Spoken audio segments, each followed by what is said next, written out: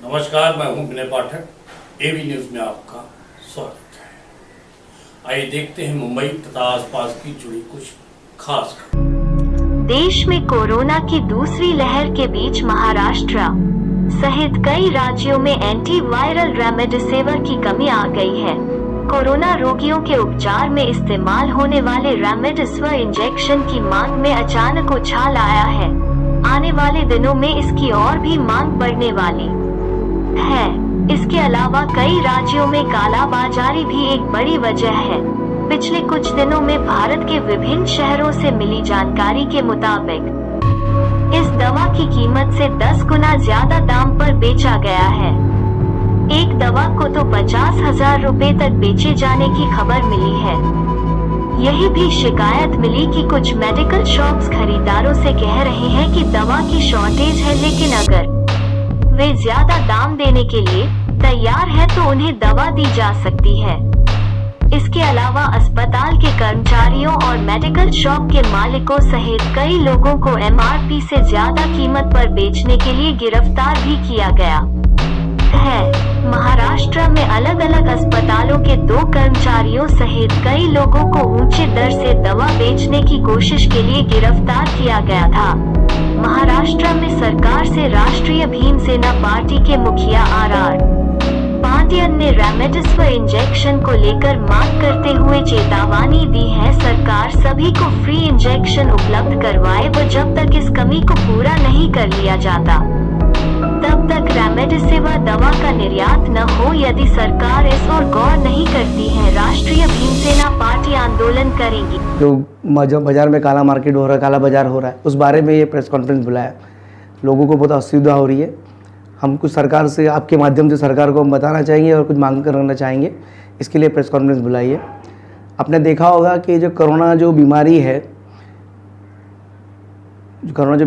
जो आज मतलब जो आज देखना मतलब कि जो सेकेंड स्टेज वापस फिर से आया है, लेकिन हमारे जो सिस्टम में पहली बार ऐसा हुआ रहेगा कि जो कोरोना बीमारी का इलाज निकला नहीं, लेकिन उसका वैक्सीनेशन निकल गया है। ये पहली बार ऐसा होगा। पहला क्या निकलना चाहिए? मेडिसिन निकलनी चाहिए कि वैक्सीनेशन, लेकिन हम लोग ने इतनी फास्ट प्रगति कर दी कि हमने वैक्सीनेशन निकाल लिया। और हमारा जो मुद्दा था कि रेमडेसिविर इंजेक्शन है, मार्केट में काला बाजार हो रहा है। पहली बात तो FDA जो है, उन्होंने एक गाइडलाइन जारी करना चाहिए सब हॉस्पिटल्स को, दवाखानों को, इनको कि कोरोना पेशेंट को कौन सी मेडिसिन लगनी चाहिए, कौन सी मेडिसिन से ट्रीटमेंट करना चाहिए। लेकिन कैसा हो रहा है, आपने देखा जब कोरोना नया आया था तो लोगों ने एड्स की जो दवाई है, इंजेक्शन्स वगैरह वो दी, उससे बहुत सारी मौतें हुई, क्योंकि हमको पता नहीं था कि क्या इंजेक्शन असर करेगा। वायरल लिए था, वायरल बोल के, तो लोगों ने जितने भी एंटीवायरल थे जो हाई डोज की यूज़ किए। लेकिन इस दौरान ऐसा हुआ कि जो रेमडेसिविर इंजेक्शन है, जिसको मतलब कि लंग्स तक इन्फेक्शन जा रहा है, जो लंग्स में कंजक्शन हो रहा है, तो रेमडेसिविर इंजेक्शन उसमें काम कर रहा है।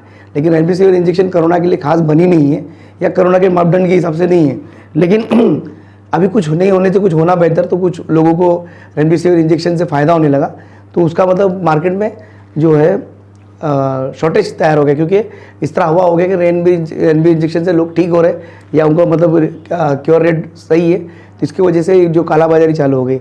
हमने कुछ दिनों पहले देखा कि जो मेडिकल स्टोर्स में, हमने टीवी में भी देखा कि ऐसे दिखाया कि 11,000 12,000 रुपये का एक जो इंजेक्शन, जो लगभग 1,500 या 2,000 का इंजेक्शन होगा बनने में, वो 12,000 15,000 में लोगों को, गरीब लोगों को लूट मार मचा के लोगों ने, जो दलाल लोग, बिचौली है, ऐसे टाइम पे लोग मुनाफा बनाने के चक्कर में, इसमें मतलब मेडिसिन वाले भी हो सकते हैं, मेडिकल स्टोर वाले भी हो सकते हैं, या कोई माफिया हो सकता है, इस तरह काम करके लोगों को मतलब नुकसान पहुँचा रहा है और जो गलत चीज़ का फ़ायदा उठा रहा है। तो मैं चाहता हूँ ये जो प्रशासन ने, एडमिनिस्ट्रेशन ने ये करना चाहिए, पुलिस व्यवस्था हो, कलेक्ट्रेट है, जो भी डिपार्टमेंट इसके ऊपर है, और सेंट्रल गवर्नमेंट ने क्या कर, सबसे पहला जो रेमडेसिविर का जो एक्सपोर्ट्स था वो बंद करना चाहिए।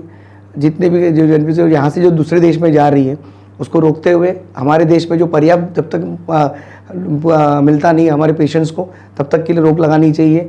दूसरे लोगों को भी दे, या तो उनका प्रोडक्शन बढ़ाए, क्योंकि अब फिलहाल ये जो रेमडेसिविर इंजेक्शन लोगों को फ़ायदा पहुंचा रही है। सेकंड, सेंट्रल गवर्नमेंट ने इस पर जितनी भी एक्सरसाइज, जितनी भी ड्यूटी है वो हटा देनी चाहिए। और साथ ही में जितनी दवाई कंपनी है उनको बोलना चाहिए कि इस वक्त आपदा है, ये वेरी इमरजेंसी सिचुएशन है, तो गवर्नमेंट जो कंपनीज़ है वो डे नाइट काम करते हुए और ये इंजेक्शन्स को नो प्रॉफिट नो लॉस में लोगों तक पहुंचाना ही चाहिए। और सरकार ने स्टेट गवर्नमेंट या सेंट्रल गवर्नमेंट जो भी गवर्नमेंट एजेंसीज़ है वो सब जितना भी जो साटा आएगा वो मतलब कलेक्ट्रेट के साथ जाके, जैसे उन्होंने बोला कलेक्टर को देंगे, वहाँ से जो हॉस्पिटल्स में बटे और लोगों तक पहुँचे। और मैं चाहता हूँ ये एक जैसा कोरोना है जो वैक्सीनेशन फ्री दे रही है सरकार, तो इसको भी एक आप होता है ना इमरजेंसी घोषित करके या इमरजेंसी में जैसे आपदा बायोलॉजिकल वार समझ के आपदा के अंदर फ्री मिलना चाहिए, ये मेरी मांग है। और मैं चाहता हूँ कि जो इंजेक्शन्स का प्रोडक्शन बढ़ा, बीच में आप शॉर्टेज क्यों हो गया, क्योंकि आपने देखा होली का दिन था, 2 दिन छुट्टी थी, इसमें ना जो बड़ी कंपनी ने अपना प्लांट बंद रखा था, इसकी वजह से रेमडेसिविर इंजेक्शन्स उस टाइम सोमवार मंगलवार को एकदम उनका शॉर्टेज क्रिएट हुआ था। तो जितनी भी कंपनी मेडिसिन कंपनी इन्होंने डे नाइट काम करके ऐसे सिचुएशन पे काबू पाने के लिए डे नाइट काम करना चाहिए और प्रोडक्शंस करना चाहिए। लोगों को अंदर जो शॉर्टेज जो किल्लत है, जो ब्लैक मार्केटिंग किल्लत की वजह से शॉर्टेज की वजह से होते हैं, शॉर्टेज ना हो, लोगों को आसानी से मिल जाए, या कलेक्टर इतना पर्याप्त कोटा हो कि हमारे को आगे मतलब आगे अगर तीसरा स्टेज भी आए तभी भी हमको प्रॉब्लम नहीं होना चाहिए, ऐसा मेरी सोच है। सर लगता नहीं इसको लेकर जो राजनीति होती है तो उससे जो पेशेंट के रिश्तेदार पेशेंट डर जाते हैं, क्योंकि उनको लगता है कि ये अवेलेबल ही नहीं है या क्या चल रहा है। दोनों सरकारें भिड़ रही हैं आपस में, वो भी बंद होना चाहिए क्या? देखिए मैं बोल रहा हूँ मार्केट में जो किल्लत जो निर्माण हो रही है, इसकी वजह से लोग मतलब इसमें जो माफिया होंगे या जो दवाई के जो मेडिसिन वाले जो है, ये मतलब मुनाफाखोर जो लोग हैं, मुनाफा बनाने की कोशिश कर रहे हैं, इस वजह से ये सब चीज़ हो रहा है। और किल्लत है मार्केट में, ये बात आपको माननी पड़ेगी। तो गरीब आदमी क्या करे, अपने पेशेंट की जान बचाने के लिए अभी पैसा नहीं देखेगा, वहाँ पर पैसा देखता है, पैसा नहीं देखेगा, वहाँ पर आदमी की जान देखता है, तो वो बेचारा कहीं से भी इसका शिकार बन जाता है। ये काम प्रशासन का, पुलिस का है कि ये सब ना हो। और हॉस्पिटल्स वालों ने भी ध्यान रखना चाहिए कि उनके पास पेशेंट अगर है तो उनके मेडिकल स्टोर में जो पर्याप्त रेमडेसिविर मिलनी चाहिए उसकी तैयारी उन्होंने करनी चाहिए हॉस्पिटल्स ने। सर ये डर का माहौल पैदा करके एक बिजनेस बनाने की तैयारी जो है लोगों के बीच चल रही है, इस तरीके की चीज़ें लगती हैं आपको? नहीं, यकीनन आपने कभी देखा होगा कि जब भी कोई ऐसा सिचुएशन आता है, कोई चीज़ के मतलब शॉर्टेज मार्केट में क्रिएट करते हैं, जो माफियाज होते हैं क्रिएट करते, तो मुनाफाखोरी करने के लिए करते हैं, वही से डर निर्माण करके। अब देखा आपने अचानक पेशेंट्स बढ़ गए, पेशेंट बढ़ गए तो हर डॉक्टर क्या कर रहा है कि पेशेंट को जल्दी रिलीफ मिल जाए, इसके लिए रेमडेसिविर इंजेक्शन रेफर कर रहा है। दूसरा उनकी नज़र में कोई है नहीं, क्योंकि इसका ये जो रेमडेसिविर इंजेक्शन लोगों को, कुछ लोगों को जो वायरल इन्फेक्शन जो फेफड़ों से मतलब लंग्स में चले जाता है, जो ब्लॉकेज तैयार होता है, ये उस पर कारगर असर कर रहा है या कुछ लेवल पर असर कर रहा है, तो इस वजह से लोग डॉक्टर वही रिफ़र कर रहे हैं। और एक दूसरे के थ्रू हो सकता है कोई मेडिकल जगत में कोई इस मेडिसिन का ज़्यादा सेल या क्योंकि कॉस्टली मेडिसिन है, इससे मुनाफा भी ज़्यादा होगा, तो हो सकता है कोई ऐसा कुछ ये होगा। इसके सब तो जांच की बात है और इसे आप लोग समझने की बात है। सर आपको नहीं लगता इससे लोगों की जान बच रही है, तो गरीब जो है इसे खरीद नहीं सकता, तो ऐसे इंजेक्शंस को गवर्नमेंट को फ्री करना चाहिए लोगों तक पहुंचाने के लिए? बिल्कुल, यही मांग के लिए हमने प्रेस कॉन्फ्रेंस बुलाई है कि हम चाहते हैं कि रेमडेसिविर इंजेक्शंस जो है वो गरीब हो चाहे अमीर हो, अभी आपदा का वक्त है, उन सबको फ्री मिलनी चाहिए। सरकार ने इसे कोरोना का जो वैक्सीनेशन निकालने में जो खर्च किया और जो एडवांस पैसा दिया, ऐसे जो बड़ी जो कंपनीज़ हैं उनको नो प्रॉफिट नो लॉस, और साथ में जो गवर्नमेंट सेंट्रल गवर्नमेंट के जो एक्सरसाइजेज है, स्टेट गवर्नमेंट के जो एक्सरसाइजेज है, वो सब हटा देनी चाहिए। और कंपनीज़ को बोलना चाहिए कि भाई नो प्रॉफिट नो लॉस में ये सरकार को बना के दे, पर्याप्त जितना हमको चाहिए। जैसे हम लोग हमारी आबादी जो सबसे आगे की जो ये वापस थर्ड स्टेज आने वाला है, ऐसा कुछ लोग बोल रहे हैं कि वापस कोरोना का और एक स्टेज आएगा जो इससे भयंकर होगा, तो उसकी तैयारी भी करनी चाहिए। और अपने को जो लगने वाला है कि हमारी जनसंख्या बहुत ज़्यादा है, वो हिसाब से हमको अपनी तैयारी करनी चाहिए, सरकार ने तैयारी करनी चाहिए कि गरीब हो या अमीर हो, उनको रेमडेसिविर जो इंजेक्शन है या जो भी कोरोना पे जो मात देने के लिए जो भी इंजेक्शन या मेडिसिन निकलेगी, ये सरकार ने चाहे अमीर हो या गरीब हो उसको फ्री मिलनी चाहिए। अगर ये सरकार ये नहीं करेगी तो हम लोग इसके विरोध में आंदोलन और प्रदर्शन करेंगे। और जहाँ भी कुछ दिनों की अगर देखते हैं, हम सरकार को वक्त देते हैं कि 1 हफ्ते का 2 दिन या 3 दिन का वक्त हम देंगे कि भाई सरकार इसका भी विचार करे। अगर नहीं करेगी तो फिर से हम एक प्रेस कॉन्फ्रेंस बुला के आंदोलन का हम इशारा देंगे कि आंदोलन करने वाले हम आंदोलन के लिए उतरे। राष्ट्रीय भीम सेना पार्टी वर्तमान समय में आपदा का दूसरा दौर, वो भी कोरोना का, ऐसी स्थिति में रेमडेसिविर हो, चाहे ऑक्सीजन हो, चाहे दवाइयाँ हो, बेड हो, ये अभाव है। और हम लोग सामाजिक राष्ट्रीय भीम सेना राजनीति समाज सेवा सब में जुड़ी है, किस तरह का कार्य कर रही है राष्ट्रीय भीम सेना? हम लोग ने जब कोविड पहली बार आया था तो हमारे जो भीम सैनिक थे, हर जिले में जहाँ हमारे जो जिले में कार्यकर्ता जिला अध्यक्ष थे, उन्होंने उनके बाद जो साटा निर्माण जो था, खाने पीने की चीज़ें थी, वो बांटने की कोशिश की।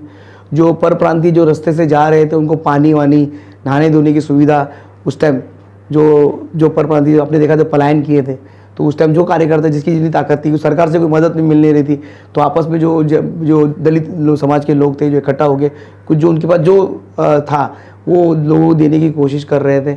और अभी का जो काल चल रहा है इसके अंदर ऐसा है कि अभी आप देखा रेमडेसिविर का शॉर्टेज तैयार हो रहा है, तो हम लोग कोशिश कर रहे हैं कि जो भी हमारे कार्यकर्ता है कालाबाजारी ना हो या कोई चीज़ हमको पुलिस को इन्फॉर्म कर रहे हैं, जहाँ जहाँ मतलब पेशेंट्स को तकलीफ है, जहाँ ज़रूरत है, कहाँ मिल सकते हैं, उस तरह की गाइडलाइन कर रहे हैं। और अभी हम लोग आवाज़ उठाने के लिए आपको आज जो प्रेस कॉन्फ्रेंस बुलाया कि भाई ये जो चीज़ नहीं होनी चाहिए और सरकार ने सब देना चाहिए, इसलिए हम आवाज़ उठाया। और आंदोलन की भी हम इशारा दे रहे हैं कि अगर ये 2-4 दिन में ख़त्म नहीं होता है, ये और बढ़ता है, पेशेंट्स बढ़ेंगे तो ये और बढ़ेगा, शॉर्टेज बढ़ेगी, तो हम लोग रास्ते पे उतरने को तैयार हैं। हम रास्ते पे उतरेंगे और लॉ एंड ऑर्डर प्रॉब्लम हो सकती तो सरकार उसकी जवाबदार रहेगी। सर, पेशेंट जैसे बढ़ रहे हैं, क्या आपके कार्यालय में इस तरह के फोन आ रहे हैं कि बेड्स नहीं मिल रहे हैं, दवाइयाँ नहीं मिल रही, इस तरह के भी आप? बिल्कुल लोग प्राइवेट हॉस्पिटल्स में भी बेड नहीं है, मतलब ये पता वो बेड्स की भी कालाबाजारी हो रही है। बड़े प्राइवेट हॉस्पिटल में तो ऐसा हो रहा है कि आप पेशेंट ला रहे हो तो इतना 3 लाख डिपॉजिट कर दो, 4 लाख डिपॉजिट कर दो। इस तरह का जो बड़े बड़े वेदांता हॉस्पिटल, हिंदूजा, ये सब जगह हॉस्पिटल में मेरा एक दोस्त भी एडमिट हुआ था, उसको 5 लाख रुपये भरने पड़े पहले डिपॉजिट कोविड के लिए। तो वो अफोर्ड कर सकता था, उसने अफोर्ड किया। लेकिन ये सब चीज़ जो है गलत है।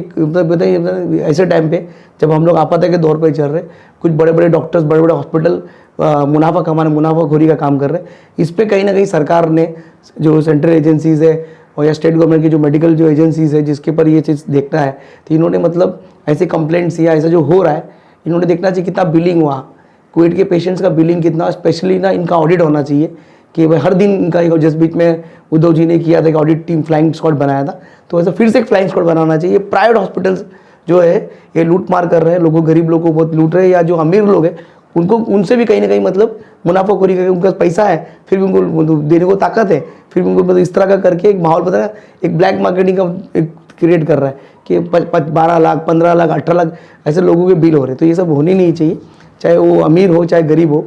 लेकिन जो प्राइवेट हॉस्पिटल्स हैं उन्होंने इस तरह का काम नहीं करना चाहिए। सर, आखिरी सवाल, राष्ट्रीय भीम सेना पार्टी ने पिछली बार बाबा साहब की जयंती बनाने को लेकर अल्टीमेटम दिया और लॉकडाउन को लेकर अल्टीमेटम दिया। बहरहाल तो जयंती भी मनाएगी क्योंकि राष्ट्रीय भीम सेना का आह्वान था और लॉकडाउन भी नहीं लगा, लेकिन वर्तमान परिवेश में स्थिति बहुत विकराल रूप धारण कर रही है। इस ऐसे में अगर लॉकडाउन लगाना चाहता हो तो राष्ट्रीय भीम सेना पार्टी उसका विरोध करेगी या समर्थन करेगी? लॉकडाउन का जो मुद्दा है तो हम तो मोस्टली हमने देखा कि हम सब समर्थन तो कर ही रहे हैं, क्योंकि मतलब ये जो पेशेंट्स बढ़ते जा रहे हैं तो कहीं ना कहीं इसको मतलब चेन ब्रेक द चेन बोल के मुख्यमंत्री ने जो निकाला उस पर हम सपोर्ट कर रहे हैं, कि हम भी नहीं चाहते कि मतलब ये आपदा बढ़े, लोगों को नुकसान हो। साथ ही में जो अभी जो हो रहा है इस चीज़ को नियंत्रण में लाने के लिए हम सब सपोर्ट कर रहे हैं फिलहाल। एबी न्यूज़ में अभी तक का सफर करते हैं समाप्त। विनय पाठक को दीजिए इजाजत, हम फिर मिलते हैं नए सफर के साथ। चलते चलते गुजारिश, विनती है लोग, यदि आपके आसपास कोई समस्या है या घटना घटित हुई है और आप उसे एबी न्यूज़ तक पहुंचाना चाहते हैं तो स्क्रीन पर दिखाए जा रहे हमारे नंबर पर संपर्क कर सकते हैं। लेकिन चलते चलते आपसे अनुरोध कि हमारा चैनल लाइक, शेयर, सब्सक्राइब करना ना भूलें।